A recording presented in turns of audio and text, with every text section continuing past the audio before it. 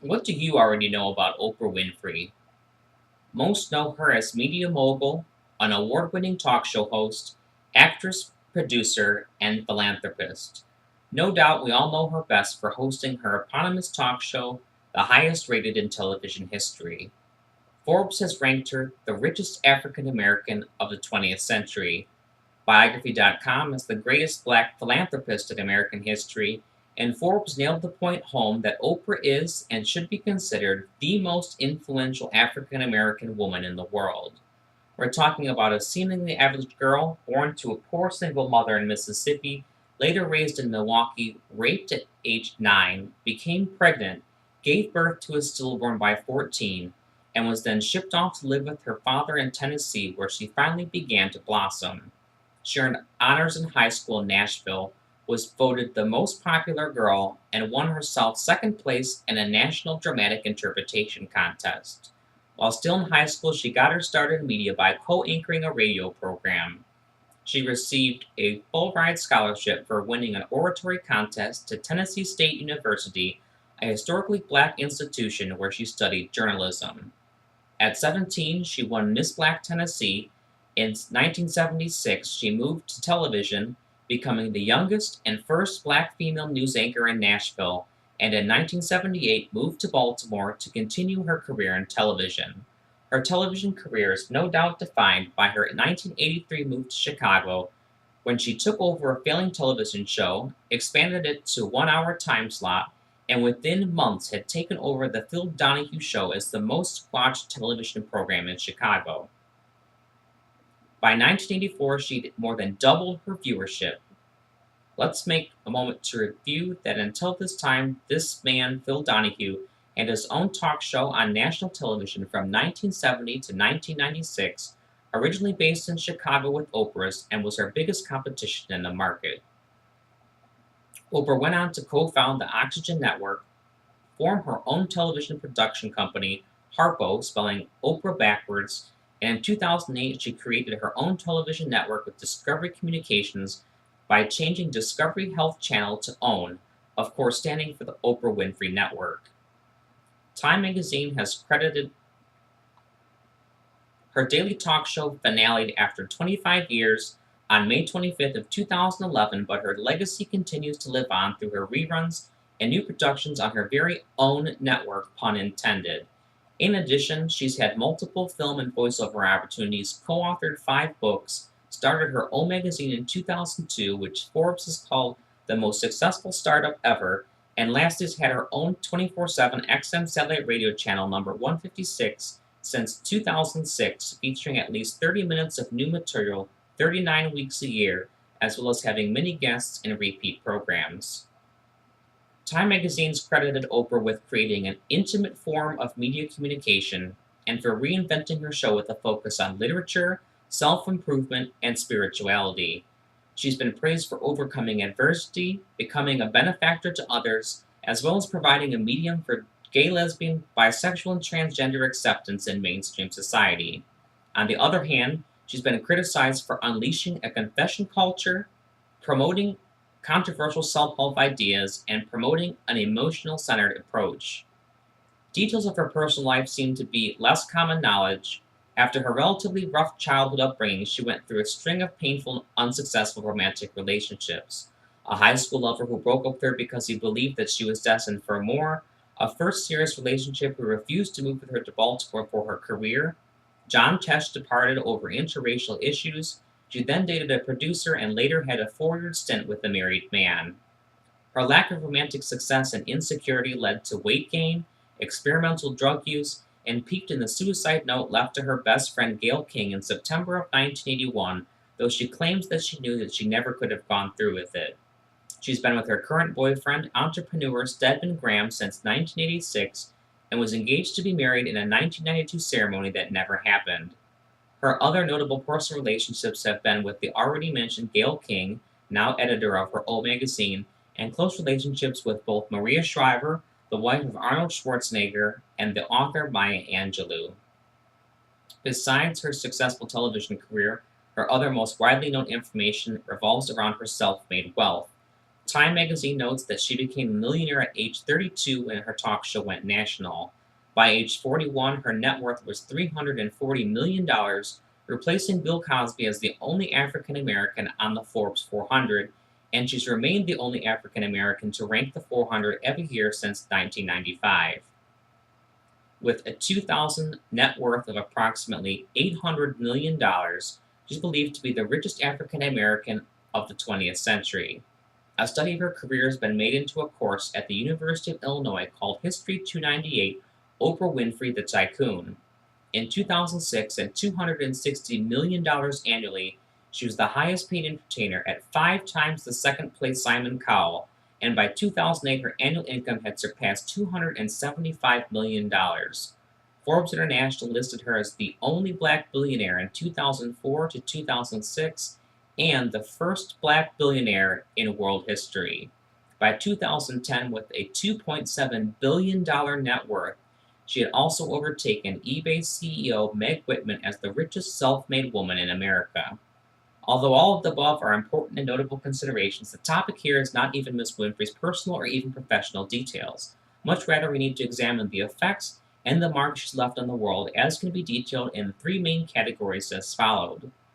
First, we discussed the Oprah effect. In 2008, CNBC coined the phrase the Oprah effect, referring to the power of her opinions and endorsement to influence public opinion, especially consumer purchasing power. In 1996, her book club became so powerful that new books added became instant bestsellers, and being recognized by her meant up to an additional $1 million or more in sales. Author Kathleen Rooney described Oprah in her 2005 book, Reading with Oprah: The Book Club That Changed America, as a serious American intellectual who pioneered the use of electronic media, specifically television and internet, to take reading, a decidedly non-technological and highly individual act, and highlighted social elements and uses in such a way to motivate millions of erstwhile non-readers to pick up books. Another example, in 1996, a guest appeared on her talk show and discussed with her mad cow disease, after which she stated she would never again eat another burger. The show and comments were so influential that sales of beef dropped $11 million, and the industry was scrutinized, after which she was sued in a 98 two-month trial in Amarillo, Texas, claiming false defamation of perishable food and business disparagement. Oprah won the suit with the assistance of Dr. Phil McGraw, whose company she'd hired to analyze and brief the jury. Oprah was so impressed with him that she continued to have him on her show as a regular guest. And this brings us to our second point, an example of the Oprah effect. Through her Harpo Productions company, she has had the ability to launch other successful talk shows, including Dr. Oz, Rachel Ray, and not coincidentally, The Dr. Phil Show. Her label on each of these additional talk shows has led them to success under her brand. Yet another and somewhat criticized example of her influence was her public endorsement of now President Barack Obama during his 2008 election campaign. University of Maryland economists have estimated that her endorsement alone made the difference in popular vote between Obama and Hillary Clinton.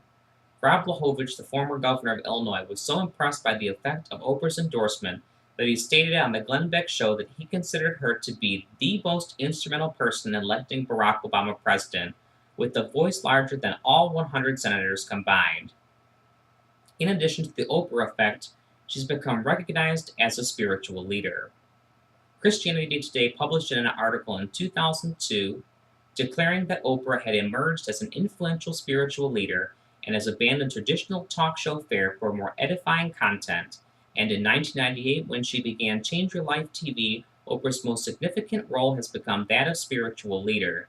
To her audience of more than 22 million mostly female viewers, she's become a postmodern priestess, an icon of church-free spirituality. In her book, The Gospel According to Oprah, author Marcia Nelson agreed, stating that since the mid-1990s, Oprah has used her show to emphasize uplifting and inspirational topics and themes, and some viewers say the show has inspired them to perform acts of altruism, such as helping Congolese women and building an orphanage. The University of Cambridge, in conjunction with the University of Plymouth and University of California, conducted a study in which an uplifting Oprah clip was shown to one group versus a British comedy or nature documentary to another, and observed that the group watching the uplifting Oprah segment was 2 times as likely to be helpful afterwards. Rudy Giuliani requested her presence 12 days after September 11, 2001, to lead Prayer for America at Yankee Stadium in New York City. It was attended by distinguished guests including Hillary and former President Bill Clinton. Former President George W. Bush asked Oprah to join him and his team on a trip to Afghanistan to celebrate the return of Afghan girls to public schools. However, Oprah politely declined. Lastly, PETA, People for the Ethical Treatment of Animals, named her Person of the Year in 2008 for uncovering cruelty in puppy mills and on farms, for highlighting her cruelty-free vegan diet, and refusing to wear furs or allow them to be featured in her magazine. Lastly, in addition to the Oprah effect in her spiritual leadership, she's recognized for her philanthropy. In 2004, Businessweek reported that Oprah was the first Black to rank among the 50 most generous Americans and remained so in 2000 till 2010. In 2012, Forbes reported that she donated a total of $400 million to educational causes alone, including awarding 400 scholarships to Morehouse in Atlanta. In 2013, she donated $12 million to Smithsonian National Museum of African American History and Culture. Her own website describes contributions made by her Oprah's Angel Network and charitable projects and nonprofit organizations around the world. More than $80 million was distributed, including a separate $11 million for Hurricane Katrina relief by 2010 when it was dissolved, and 100% went to the programs, the cost of administration being absorbed by Oprah herself. Most notably recognized by Oprah's contributions after her 21-day South African visit to schools and orphanages where she distributed Christmas gifts and school supplies to over 50,000 African children.